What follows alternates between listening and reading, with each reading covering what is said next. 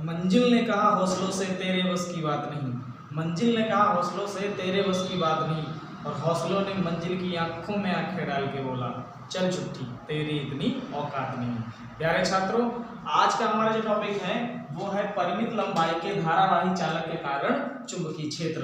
Very most important topic हो जाता है, ठीक है, बहुत ही ज्यादा इंपॉर्टेंट टॉपिक है, डेरिवेशन है, ये पूछी जाती है पेपर में, तो कायदे से स्टडी कर लो, वीडियो को स्किप मत करो, वरना लॉकडाउन तो है ही है, कोचिंग स्कूल तो बंद ही है, तुम भी अपनी नैया पार कर लोगे बैठे बैठे, क्योंकि एग्जाम स्टार्ट होने हैं 8 मई से, ये कंफर्म मान लो। और आज है 14 अप्रैल, विश्व रत्न या कहीं भारत रत्न डॉक्टर बाबा साहेब भीमराव अम्बेडकर की जयंती सभी लोग बड़ी खुशियों से मना रहे होंगे।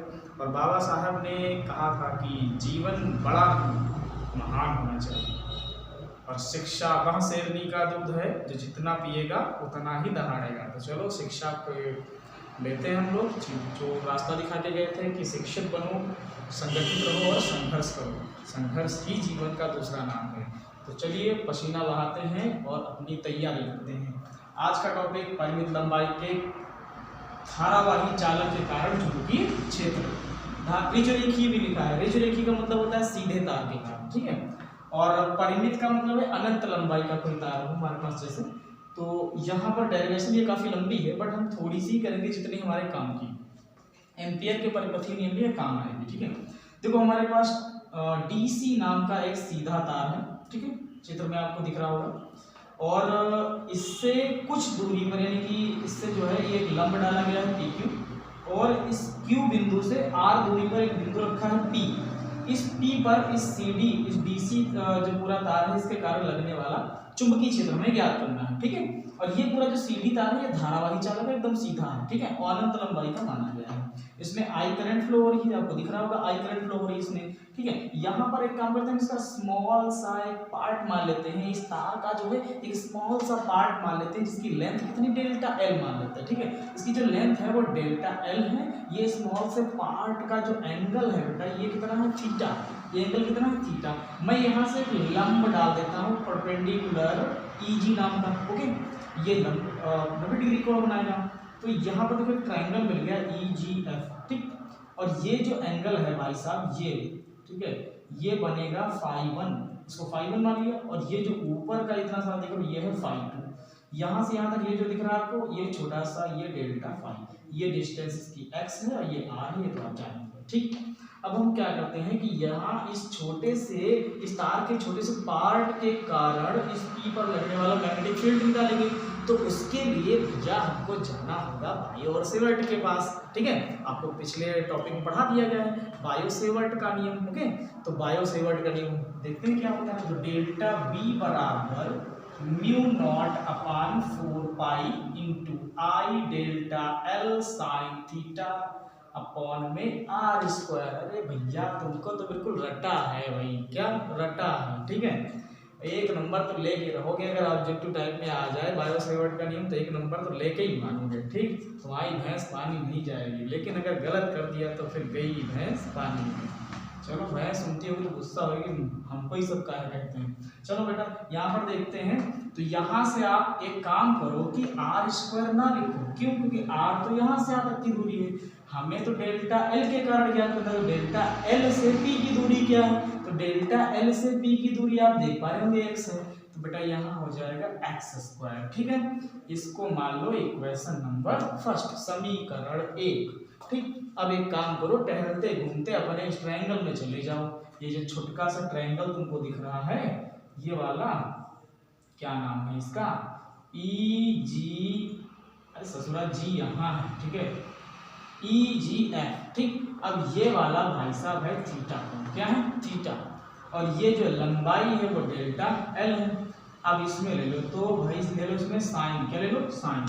अब जैसे ही त्रिभुज EGF में तुम लगाओगे क्या साइन थीटा, ओके, तो साइन थीटा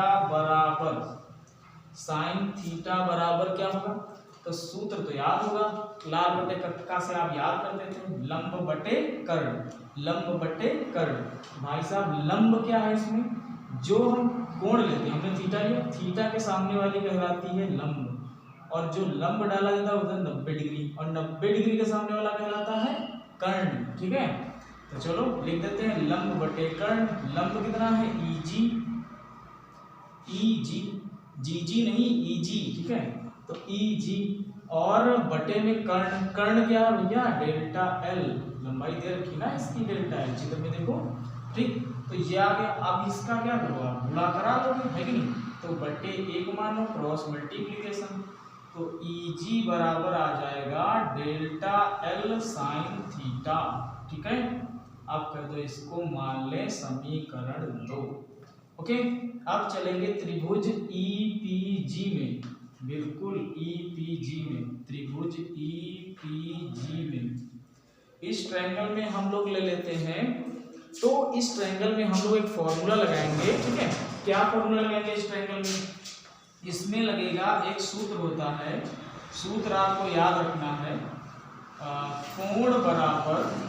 कोण बराबर चाप बटे त्रिज्या। ठीक है, कोण बराबर चाप बटे त्रिज्या। तो भाई साहब यहां से लगा देते हैं कोण बराबर चाप बटे त्रिज्या। क्या हो जाएगा कोण, कोण यहाँ पर क्या दिया है डेल्टा फाई, तो डेल्टा फाई बराबर चाप इसको मानेंगे ईजी। ठीक है, तो हो जाएगा ईजी बटे चाप बटे त्रिज्या। त्रिज्या क्या होगी, ये जो यहाँ से यहाँ तक की दूरी है इसको त्रिज्या माना जाएगा। ठीक है, ये हो जाएगा एक्स। अब यहाँ से आप निकाल लो इसको, क्या आ जाएगा देखो, यह आ जाएगा बटे एक मान के त्रिज्या करा लेते, ईजी बराबर एक्स डेल्टा फाई। ठीक, अब ये जो मान आया है इक्वेशन नंबर 3 में, ये इक्वेशन नंबर 3 से मान उठा करके इस वाले समीकरण 1 में रख दो। तो यहाँ पर आप एक काम करो, क्या लिखोगे, समीकरण 1 में ईजी का मान रखने पर, ठीक है, ईजी का पहले एक काम करो कि समीकरण 1 में पहले इसका मान रख दो, समीकरण 1 से लिखो डायरेक्ट, इतना बॉल ना करो, समीकरण 1 से। अब देखो हम आपको शॉर्टकट बताते हैं थोड़ा सा। ठीक है, तो ऊपर का मिटा दिया जाए, ये वाला हेडिंग जो है इसका कोई काम नहीं बचा है। वैसे एक काम कर सकते हैं, इसको मिटा के हम लोग यहाँ पर लिख सकते हैं अच्छे से, क्योंकि यहाँ दिख रहा होगा आपको। तो चलो यहाँ पर एक काम करते हैं, डेल्टा बी बराबर ये लिखा है mu naught upon 4 pi into I delta L sine theta. इसमें देखो डेल्टा एल साइन थीटा के बराबर ईजी लिखा है, तो आई ईजी हो जाएगा, आई ईजी। ओके, अपॉन में एक्स स्क्वायर। अब एक काम करते हैं कि डेल्टा बी बराबर mu naught upon 4 pi into आई, और ईजी की जगह क्या रखेंगे, ईजी बराबर एक्स डेल्टा फाई, समीकरण 3 से। ठीक है, तो ईजी बराबर क्या आ जाएगा, एक्स डेल्टा फाई, इसकी जगह लिख देते हैं आई एक्स डेल्टा फाई अपॉन में एक्स स्क्वायर। तो एक्स से एक्स क्या हुआ, कैंसिल आउट हो गया, तो हमारे पास बचा क्या, डेल्टा बी बराबर mu naught upon 4 pi into I delta phi upon में एक्स, ये हमारे पास बचा। ठीक है, अब क्या करते हैं कि इसको मिटा देते हैं, क्योंकि ऊपर जगह नहीं बची है, चित्र में ही मिटाना पड़ेगा, नहीं और चित्र मिटा देंगे तो सारा काम निकल जाएगा।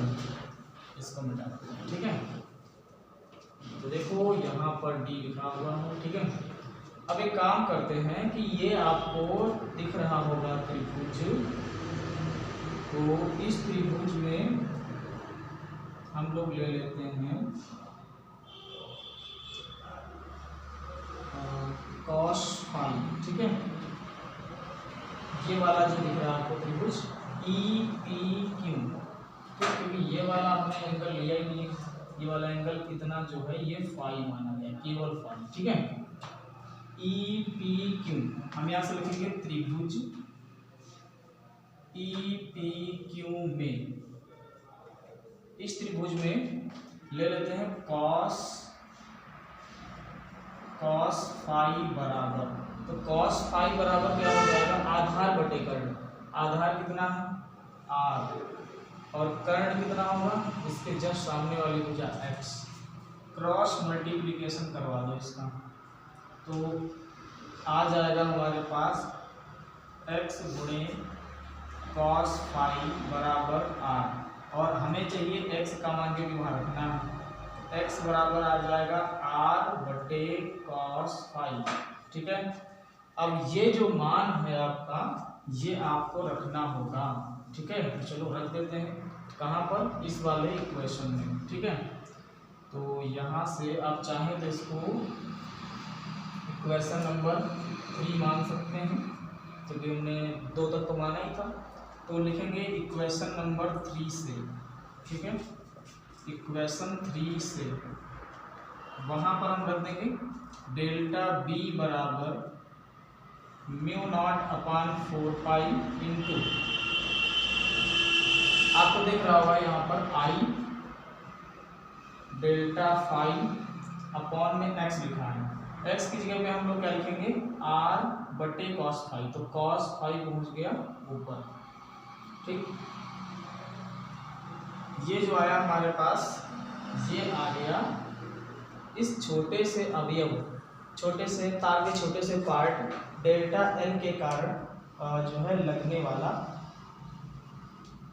चुंबकीय क्षेत्र। ठीक है, लगने वाला चुंबकीय क्षेत्र ये हमारा निकल कर आ गया। अब अगर हमें जो है पूरे डीसी तार के कारण इस पर लगने वाला चुंबकीय क्षेत्र ज्ञात करना है, तो उसके लिए हमें इसी का जो निकला है इसी का हमें समाकलन करना पड़ेगा। तो लिखेंगे अब पूरे तार डीसी के कारण पी पर उत्पन्न चुंबकीय क्षेत्र, तो इसके लिए क्या करेंगे समाकलन करेंगे, ये जो हमारा है। ठीक है, इसी का समाकलन कर देते हैं, तो आ जाएगा समाकलन डेल्टा बी, और फाई 1 से फाई 2 तक हम लोग समाकलन करने वाले हैं। क्यों? क्योंकि यहाँ पर देखो इस पद के नीचे क्या है फाई 1 है, और लिमिट इसके ऊपर क्या है फाई 2 है, तो जो है लिमिट लेते हैं, और जब भी नीचे वाली लिमिट लेंगे तो उसको माइनस में लिखेंगे। तो देखो नीचे वाली लिमिट हमारी क्या है फाई 1 है, तो उसको हम किस में लिखेंगे माइनस में लिखेंगे। ठीक है, डेल्टा बी बराबर समाकलन माइनस फाई 1 और फाई 2। ठीक है, अब इसका इंटीग्रेशन करवा देंगे, तो याद हो इसमें लिखेंगे mu naught upon 4 pi I delta phi cos phi upon r. अभी हम क्या करेंगे इसको ऊपर हल करेंगे, क्योंकि यहाँ पर जगह नहीं बची है। चलो शुरू करते हैं ऊपर। देखिए यहाँ से क्या होगा, ये तो कुछ नहीं होने वाला, सीधे b आ जाएगा इसमें, b बराबर यहाँ पर देखो क्या हो जाएगा माइनस फाई 1 फाई 2। ठीक है, माइनस फाई 1 फाई 2, और यहाँ से अगर हम देखें तो ये हमारा नियतांक है, कांस्टेंट वैल्यू बाहर आ जाती है, तो इसको कांस्टेंट वैल्यू को बाहर लिख लेते हैं पहले ही, म्यू नॉट अपान 4 पाई, और यहाँ से हमारा जो डेल्टा फाई है और अपॉन में जो आर है वो सब बाहर आ जाएगा, म्यू नॉट आई भी बाहर आ जाएगा, क्योंकि धारा कभी चेंज नहीं होगी, कांस्टेंट वैल्यू रहेगी, और आर भी नहीं चेंज होगा, तो म्यू नॉट अपान 4 पाई हमने बाहर निकाल लिया। इंटीग्रेशन में हमने छोड़ दिया माइनस फाई 1 और यहाँ पर फाई 2, और इसमें बचेगा कॉस फाई, और यहाँ पर डेल्टा फाई। डेल्टा फाई को हम डी फाई भी कह सकते हैं, और इसके अनुसार ही हमारा समाकलन हो जाएगा। तो अब इसका समाकलन करेंगे तो कॉस का समाकलन हम आपको बता दें साइन हो जाता है, वो भी माइनस का, कहेगा माइनस का। ठीक है, नहीं कॉस समाकलन माइनस का नहीं होता, वो अवकलन में होता है। ठीक है, अवकलन में होता है, समाकलन में इसमें नहीं होगा। तो इसमें समाकलन करेंगे तो केवल साइन आएगा, साइन फाई, और ये वैसे ही लग जाएंगे माइनस फाई 1 और ये फाई 2। अब आप एक काम करिए, लिमिट अप्लाई कर दीजिए। क्या अप्लाई कर देना है? लिमिट अप्लाई कर देना है। ठीक है, तो वो लिमिट्स कैसे अप्लाई करते हैं देखो जरा चेक करते हैं। b बराबर आ जाएगा mu naught I upon 4 pi r यहाँ से देखो एक बार अपर लिमिट एक बार लोअर लिमिट, तो हम जब अपर लिमिट रखेंगे इसकी जगह पे तो आ जाएगा साइन फाई 2, ठीक है। अब बीच में माइनस होता है और एक और माइनस है, हमेशा बीच में माइनस आता है जब हम लिमिट अप्लाई करते हैं, एक और यहाँ पर माइनस है तो हो जाएगा प्लस साइन फाई 1, ठीक है। अब आप एक काम करिए कि इसकी जब तार हमारा जब अनंत लंबाई का होता है तो उसकी एक कंडीशन होती है। क्या कंडीशन होती है? देखो अनंत लंबाई के तार के लिए यदि तार अनंत लंबाई का है, अगर तार अनंत लंबाई का है तो फाई 1 और फाई 2 दोनों 90 डिग्री हो जाते हैं, ठीक है। दोनों कितने कितने हो जाते हैं? 90 डिग्री। इसमें रख देंगे sine 90 degree plus sine 90 degree, okay. Phi 1 और फाई 2 की जगह 90 रख दिया गया। बी बराबर mu naught I upon 4 pi r, ठीक है। ये तार अनंत लंबाई का है तो फाई 1 बराबर फाई 2 बराबर 90 डिग्री, चलो मैंने लिख दिया, ठीक है। अब इस पे देखो यहाँ क्या करेंगे, इसको मिटा देते हैं। यहाँ पर आप इसमें वैल्यू रखोगे तो ये आ जाएगा 1 + 1 और 1 + 1 कितना हो जाएगा? 2 mu naught I upon 4 pi r into 2 से डिवाइड कर दो तो आ जाएगा 2, ठीक है। तो टोटल आपका निकल कर आ जाएगा b बराबर mu naught I upon 2 pi r, okay. ये हमारे पास आ गया इसका आंसर, मतलब इतना ही हमें प्रूफ करना था और यही इतना हमारे काम का है, ठीक है। एक बात ध्यान रखें, ये प्रूफ हो गया, ठीक है। एक बात का विशेष ध्यान रखें कि इसकी एक और कंडीशन होती है और उसमें होता है mu naught I upon 4 pi r. क्यों? क्योंकि वहाँ पर जो है आप फाई 1 को ले लेते हैं 90 डिग्री और फाई 2 को ले लेते हैं 0 डिग्री। वो कंडीशन तब होती है जब ये वाला P D के अत्यंत समीप हो, ठीक है, D के अत्यंत समीप होगा तो ये बन जाएगा 180 डिग्री, ठीक, और ये बन जाएगा 90 डिग्री, तो उस वजह से थोड़ा सा चेंज हो जाता है, ठीक है। चलिए वो हम डिस्कस नहीं करेंगे, उसकी हमें यहाँ आवश्यकता नहीं है। हमें एम्पियर लॉ के लिए अनंत लंबाई का पूछेगा पेपर में और अनंत लंबाई के लिए यही होती है डेरिवेशन, ठीक है। अगर आपको ये टॉपिक समझ में आया हो तो इसको ज़्यादा से ज़्यादा शेयर कीजिए और अपने फ्रेंड्स के पास जरूर शेयर कीजिए और चैनल को सब्सक्राइब कीजिए। वीडियो को पूरा देखने के लिए धन्यवाद।